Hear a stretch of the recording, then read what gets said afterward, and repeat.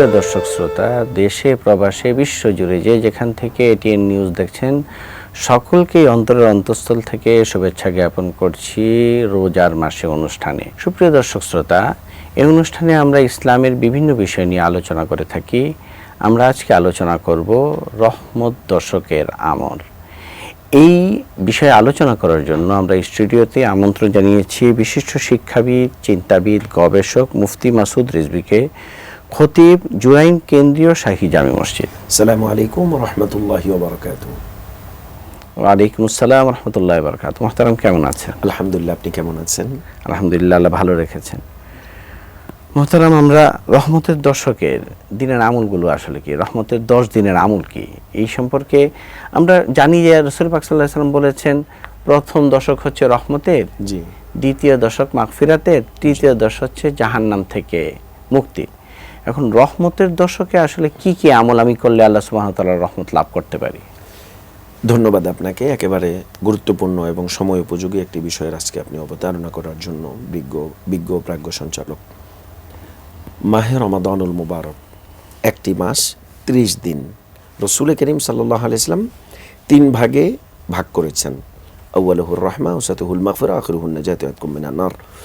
প্রথম 10 দিন রহমতের, মধ্য দশক মাগফিরাত এবং তৃতীয় দশক জাহান্নাম থেকে মুক্তি লাভের তথা নাজাতের। তো প্রথম 10 দিন রহমতের, মোটা দাগে 1 থেকে 10 রমজান পর্যন্ত। এই 10 দিন আমরা জানি রহমতের। প্রাত্যহিক কি কোনো আমল আছে? নিশ্চয়ই আছে। মাহে রমাদানুল মুবারকের প্রথম আমল হলো রোজা ঠিকমতো রাখা। এটা হলো 1 নাম্বার আমল। যেই রমাদানকে কেন্দ্র করে রহমত, মাগফিরাত, নাজাত এই যে শুনে আসছি, এত এত ফজিলত, 1 70 গুণ ইত্যাদি ইত্যাদি। as-সাওমু জুন্নাহ, রোজা হলো বান্দার গুনাহের ঢাল, দোজখ থেকে বাঁচানোর ঢাল হিসেবে কাজে লাগবে। আল্লাহ পাকের পক্ষ থেকে পুরস্কার দিবে, জান্নাতের রায়হান নামক দরজা খুলে দিবে, তারপরে আকাশের রহমতের দরজা উন্মুক্ত করে দিবে। ফুতিহাত লাহু আবওয়াবুস সামা ওয়া গুল্লিকাত আবওয়াবুন নার, জাহান্নামের দরজা বন্ধ করে দিবে।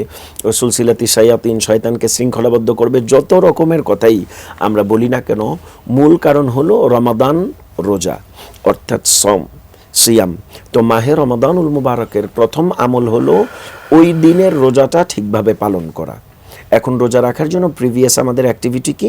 মধ্য রজনীতে উঠে আমাদেরকে সাহরি করা, সুহুর। রাসূল করিম সাল্লাল্লাহু আলাইহি ওয়াসাল্লাম বলেছেন হাদিসে পাকের মধ্যে, ক্বালা নবী আলাইহিস সালাতু ওয়াস সালাম তাসাহহারু ফাইন্না ফিস সাহুরি বারাকা, তোমরা সাহরি গ্রহণ করো, এতে বরকত আছে।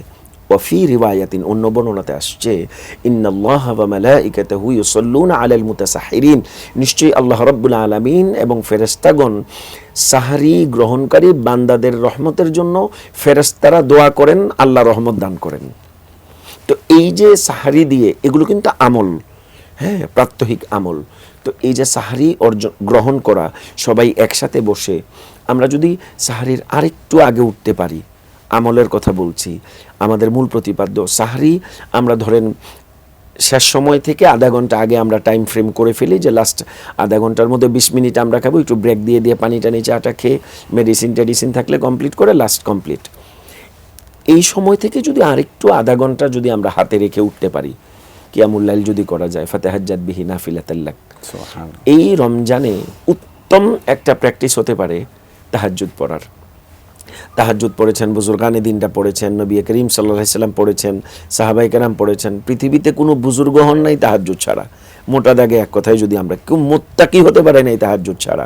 তো এই যে তাহাজ্জুদ শুনে আসছি, বরকতময় নামাজ আমরা পড়লাম না কোনোদিন, তো লাভটা হইল কি? আর আমরা চাই যে রমজান মাসে কোনো রকম না খাইয়া দিন পার করে ডাটসে ইফতারি করব, আর সব রহমত বরকত আল্লাহ পাক একেবারে সার্টিফিকেট আকারে আমারে লিখে দিবে। তো এরকম অহেতুক চিন্তাভাবনা করা একেবারে মানে এগুলো তামাশার নামান্তর, এগুলো যেন আমাদের প্র্যাকটিসিংয়ে না আসে। তো আমালিয়াতের মধ্য দিয়ে রমাদানকে অতিবাহিত করার প্রথম টার্গেট হবে রমজানে সাহরি গ্রহণ করার মিনিমাম আধা ঘন্টা হাতে রেখে আমাকে উঠা। আল্লাহ বলেন বান্দা নামাজে দাঁড়াবে আর তিলাওয়াত করবে, ডাইরেক্ট আমার সাথে কথা বলা হয়। তো এই যে অবস্থা আল্লাহ পাক রব্বুল আলামিন করে দিচ্ছেন আমাদেরকে, এই যে আমল করার একটা সুবর্ণ সুযোগ, এটা অন্য সময় কিন্তু থাকছে না। তো আমরা বিষয়টাকে যদি এইভাবে মানসিক পরিবর্তন করার কি চেষ্টা করব কি না, যে না আমার ফজরের পরেও আমি একটু জাগ্রত থাকি, যদি আমি রহমতের 10 দিনের পুরোপুরি রহমত আমি হাসিল করতে পারি, হাসিল করতে চাই, তাহলে আমার কিন্তু ফজরের পরে সূরা ইয়াসিনের আমল করতে হবে আপনি বলছিলেন, জি। এবং 10টি আয়াত তেলাওয়াত করতে হবে। মিনিমাম 10টি আয়াত বা সমপরিমাণ। আচ্ছা আচ্ছা। যে এই ক্ষেত্রে আরেকটি গুরুত্বপূর্ণ বিষয়, সুনান নাসাইর একটি হাদিস এই ব্যাপারে অত্যন্ত প্রণিধানযোগ্য। হযরত আনাস ইবনে মালিক রাদিয়াল্লাহু তাআলা আনহুর একটি হাদিস, নবী করিম সাল্লাল্লাহু আলাইহি ওয়াসাল্লামকে জিজ্ঞাসা করা হয়েছে দোয়া কখন বেশি কবুল হয়। নবী করিম সাল্লাল্লাহু আলাইহি ওয়াসাল্লাম বলেছেন ফরজ ইবাদতের পরে দোয়া কবুল হয়, নামাজের পরে দোয়া কবুল হয়। তো ফজর একটি নামাজ, দোয়া কবুল হয় একটি বিষয়। আরেকটি সাইনেস হলো নবী করিম সাল্লাল্লাহু আলাইহি ওয়াসাল্লামকে জিজ্ঞাসা করা হয়েছে মাহে রমাদানুল মুবারকে ইয়া রাসূলুল্লাহ বিশেষ কোনো সময় আছে দোয়া কবুলের? নবীজি বলছেন 3টা সময় আছে, একটা হলো সাহরি সময়, একটা হলো ইফতারি সময়, আর একটা হলো ফজরের পরে। তো সাহরির সময় আর ইফতারি সময় যদিও আমাদের ইফতার পার্টি দোয়া মাহফিলের নামে দোয়া আমরা করি, কিন্তু ফজরের পরে জিকির আজকার করা, সূরাত ইয়াসিনের তেলাওয়াত করা বা অন্যান্য সমপরিমাণ আয়াতে কারিমার তিলাওয়াতের মধ্য দিয়ে দোয়া করার যে প্র্যাকটিসিং, আনুষ্ঠানিক যেই পদ্ধতি, সেটি কিন্তু আমাদের জীবন থেকে ছুটে যায়। এই ব্যাপারেও যেন আমরা সতর্ক থাকি, এটাও আমালিয়াতের মধ্যে অন্তর্ভুক্ত। তো অনুরূপভাবে তো ইশরাকের নামাজের বিষয়টিও রমজানে অত্যন্ত গুরুত্বপূর্ণ। তাহলে জি, নফল ইবাদত যেহেতু মাহে রমাদানুল মুবারকে অন্যান্য সময় তো গুরুত্ব বহন করেই, মাহে রমাদানুল মুবারকে যেহেতু গুরুত্ব ডাবল, শুধু ডাবল নয় 70 গুণ, এবং সুন্নতের ফজিলত হলো ফরজের সমপরিমাণ, ফরজের ফজিলত হলো 70-এর সমপরিমাণ। ক্ষেত্র বিশেষে আল্লাহ বলেছেন 700, একবারে চূড়ান্ত পর্যায়ে গিয়ে বলেছেন বেগাইরি হিসাব, আমি দিব বান্দা নিবে। কোয়ান্টিটি কি হবে কাউন্টেবল না, এটা আনকাউন্টেবল, আমি আমার বান্দাকে কি পরিমাণ দিব। তো সেই ক্ষেত্রে ইশরাকের জন্য, চাস্তের জন্য যদি কোনো মুমিন বান্দা অপেক্ষা করে, নিশ্চয়ই অসম্ভব রকমের বরকতময় তার জন্য হবে। যদি সর্বোচ্চ আধা ঘন্টা সময় একটু বাড়ানো যায়, যে ফজরের পরে আমি একটু অপেক্ষা করলাম, তাসবিহ তাহলিল, ওই যে সূরা ইয়াসিন পড়লাম, একটু জিকির আজকার, দৈনন্দিন মাসনুন ওয়াজাইফগুলো আমি আদায় করলাম, এর মধ্যে যদি সময় হয়ে যায় আমি একটু ইশরাকটা, একটু চাষটা পড়ে শুইলাম, তাহলে তো একেবারে সোনায় সোহাগা। জাযাকাল্লাহ, অত্যন্ত সুন্দর আলোচনা চলছিল। সময় হয়েছে একটি বিরতি। জি নিশ্চয়ই। সুপ্রিয় দর্শক শ্রোতা, সময় হয়েছে ছোট্ট একটি বিরতির। বিরতির পর ইনশাআল্লাহ আমাদের সাথেই থাকবে।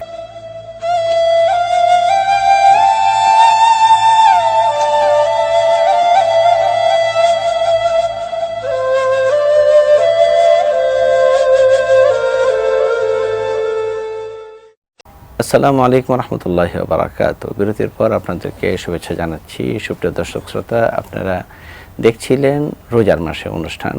আমরা আলোচনা করছিলাম যে রহমতের প্রথম 10 দিন আমরা কি কি আমল করতে পারি। আমাদের বিজ্ঞ আলোচক কয়েকটি নির্দেশনা আমাদেরকে দিয়েছেন, চলুন আমরা সেগুলো শুনি। জি, আমরা যেই পর্যন্ত ছিলাম, চাস্ত ইশরাক পর্যন্ত ছিলাম, তারপরে বিশ্রাম নেওয়ার পরে চাস্ত এবং ইশরাকের যে ওয়াক্ত, এর মধ্যে কোনো পার্থক্য আছে কিনা? সময়টা খুব বেশি পার্থক্য নেই, একেবারে খুব কাছাকাছি। কিন্তু এর জন্য যে আমার আরো 1 ঘন্টা জাগ্রত থাকতে হবে বিষয়টা কিন্তু এরকম না, সময়টা কিন্তু খুবই কাছাকাছি, নিকটবর্তী। মানে আমি চাইলে এক বসাতে আমাদের মুরব্বীদের জীবনে, বুজুর্গানে দিনদের জিন্দেগিতে এরকম প্র্যাকটিসিং ছিল, ফজর পরে ইশরাক, চাস্ত ছাড়া ওনারা মুসাল্লা ছাড়েন নাই। তো এই অভ্যাস যদি আমরা রমজানে চালু করতে পারি, যদিও আমরা কর্মব্যস্ত মানুষ, ঠিক সকালেই আবার আমাদের অফিস টাইম হয়ে যায়, তারপরও আমরা চেষ্টা করব ইবাদত আমালিয়াতের গুরুত্ব যেন আমরা আমাদের প্র্যাকটিসটা যেন অ্যাটলিস্ট আমরা তো এটা করতে পারি। আসলে যদি প্রত্যেক দিনও না পারি, আমাদের যে উইকেন্ডে আছে, মনে করেন যেদিন বন্ধ আছে আমাদের, বা আমাদের দেখা যায় যে অফ ডে গুলোতে আমরা কিন্তু এই কাজটি করতে পারি। যে শুক্রবার আজকে যদি আমার অফ ডে থাকে, বা শনিবার যদি অফ ডে থাকে, সেদিন আমি চাস্ত পড়ে তারপরে একটু বিশ্রাম নিলাম, এটাও তো করা যায়। কি এটা চাইলে করা যায়, যেহেতু নফলের ক্ষেত্রে কোনো একেবারেই বাধ্যবাধকতা যেহেতু নেই, কোনো রেস্ট্রিকশন নেই, যেহেতু চাইলে করতে পারলে তো উত্তম। আর রমাদানের বরকত তো এটা আর অন্য সময় শাওয়ালের 1 তারিখ থেকে আর চাইলেও সুযোগ নেই, এখন চাইলে সুযোগ নেই, মানে রমজানের পরে চাইলে আর সুযোগ নেই। তো রমাদান যেহেতু আছে, আমার মনে হয় প্র্যাকটিসিংটা করা যেতে পারে। আমালিয়াতের জায়গাতে আমরা ছিলাম, তিলাওয়াতে কোরআন অত্যন্ত গুরুত্বপূর্ণ। আফদলুল ইবাদাতি তিলাওয়াতুল কোরআন, আও কামা ক্বালা আলা নবিয়িনা আলাইহিস সালাতু ওয়াস সালাম।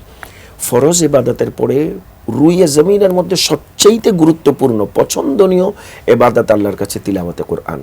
জিকির আমরা করতে পারি, তাসবিহগুলো পড়তে পারি, সুবহানাল্লাহ সুবহানাল্লাহ, আলহামদুলিল্লাহ, আল্লাহু আকবার, ইস্তিগফার, লা হাওলা ওয়ালা কুওয়াতা ইল্লা বিল্লাহ, আস্তাগফিরুল্লাহাল আযীম আল্লাযী লা ইলাহা ইল্লা হুয়াল হাইয়ুল কাইয়্যুম ওয়া আতুবু ইলাইহি, লা হাওলা ওয়ালা কুওয়াতা ইল্লা বিল্লাহ, ইত্যাদি ইত্যাদি। যে সুবহানাল্লাহি ওয়া বিহামদিহি সুবহানাল্লাহিল আযীম, যে তাসবিহগুলো আমরা একেবারে ঠোঁটের আগাতে লেগে থাকে, এরকম খুব সহজ। তেলাওয়াতের ব্যাপারে আপনি যে কথাটি বলছেন, আমাদের অনেক দর্শক তো আছে তেলাওয়াত করতে পারেন না, অথবা ছোটবেলায় শিখেছিলেন, উনি ভুলে গেছেন।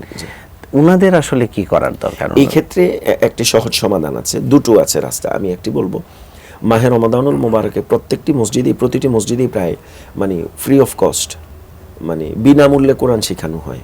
আসলে আমার মনে হয় এটা একটা দুর্ভাগ্যের জায়গা যে পৃথিবীতে এই একটা জিনিস শিখাই সবচেয়ে সহজ, মানে একেবারে বিনামূল্যে, মাগনা। অন্যান্য সব ক্ষেত্রে কিন্তু আমাকে টাকা পয়সা খরচ করে টিউটর রেখে ইত্যাদিতে প্রসিজারগুলো মেনটেন করে আমাকে শিখতে হচ্ছে। কিন্তু কোরআন এত দামি একটা কিতাব, এইটা শিখা এত সহজ, তারপরেও কেন যেন আমরা গাছাড়া ভাব, একটা অনাগ্রহী একটা ভাব কিন্তু আমাদের সমাজে, একটা অবহেলা, শিখবনি করবনি, রমজান আসুক, হুজুর আসুক, দেখা যাবে, শুক্রবারে তো যাই, হুজুর তো বলেই, তারাবিতে তো, এইগুলো থেকে আমাদেরকে বেরিয়ে আসা উচিত। তা আমরা করব কি? করণীয় হলো নিজে শেখার চেষ্টা করব। 1 নম্বর, তলাবুল ইলমি ফরিদাতুন আলা কুল্লি মুসলিম ওয়া মুসলিমা। আমাদের প্রাত্যহিক জীবনে দিন যদি শিখতে হয়, দিনের মূল প্রতিপাদ্য আল কোরআন আল কারীম, তো সেখানে আমাকে কোরআন নিজে শিখতে হবে, দ্য বেস্ট অপশন। যদি আমি না জানি, তাহলে যিনি জানেন তার সোহবতে গিয়ে আমাকে শেখার চেষ্টা করতে হবে।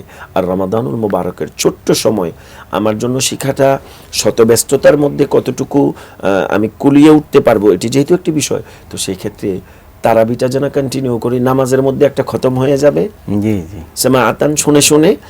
আর আমি যেন সবসময় কোরআনুল কারীমের তিলাওয়াত, মোবাইল তো হাতে একটা থাকেই আমাদের ডিভাইস, তো আমরা যেন অন্যান্য অ্যাক্টিভিটি কমিয়ে অন্তত তিলাওয়াত যেন শুনি। স্বর্গীয় এক অনুভূতি কোরআনুল কারীমের তিলাওয়াত, আমার হৃদয়কে প্রশান্ত করার জন্য, আত্মিক পরিশুদ্ধতার জন্য তিলাওয়াতে কোরআনের উপরে কোনো মেডিসিন হতে পারে না। আমি মনে করি আমাদের এই প্ল্যাটফর্ম থেকে আমাদের দর্শক শ্রোতা যদি চান শিখবেন, অর্থসহ পড়বেন, দ্য বেস্ট অপশন। আল্লাহ কি বলেছেন আমার কাছে? আমরা কোরআনকে বানিয়ে ফেলেছি যে মা বাবা আত্মীয় স্বজন মারা গেলে একটা খতম দিতে হয়, এই জন্য। আসলে না, কোরআন এই জন্য আল্লাহ নাজিল করেন নাই। জীবন বিধান, আমার জামাটা কেমন হবে, পরিপাটি আছে কিনা, আমার স্যুটটা, আমি অফিসে পরে যাব, এটা আয়রন করা আছে কিনা, আমি যতটা কেয়ারলি দেখি, আমার তরকারিতে লবণ হয়েছে কিনা যতটা কেয়ারলি দেখি, মাংসটা ফ্রেশ কিনা যতটা কেয়ারলি কিনি, আমি ঠিক তদ্রূপ কোরআনুল কারীম তার চাইতেও গুরুত্ব দেওয়া উচিত, কারণ এটা আমার জীবনকে আলোর পথে পরিচালিত করবে, জান্নাতের পথে পরিচালিত করবে, মুক্তির রাস্তা দেখাবে। অতএব মাহে রমাদানুল মুবারকে এর গুরুত্ব যেন আরো বাড়ে। আমালিয়াতের জায়গাতে কোরআনুল কারীমের তিলাওয়াত এবং তার চর্চা নিশ্চয়ই আমাদেরকে রহমত, মাগফিরাত এবং নাজাত লাভের ক্ষেত্রে সোপান হিসাবে কাজে লাগাবে। এটিএন নিউজের পক্ষ থেকে আপনাকে ধন্যবাদ জ্ঞাপন করছি। জি, ধন্যবাদ আপনাকে এবং এটিএন নিউজের সকল কলাকুশলী এবং পরিবারকেও। হাইয়াকুমুল্লাহ। সুপ্রিয় দর্শক শ্রোতা, আগামীতে আপনাদের সাথে আবার নতুন কোনো টপিক নিয়ে, নতুন কোনো গেস্ট নিয়ে আলোচনায় আসবো। সে পর্যন্ত ভালো থাকবেন, সুস্থ থাকবেন। আসসালামু আলাইকুম ওয়া রাহমাতুল্লাহি ওয়া বারাকাতুহু।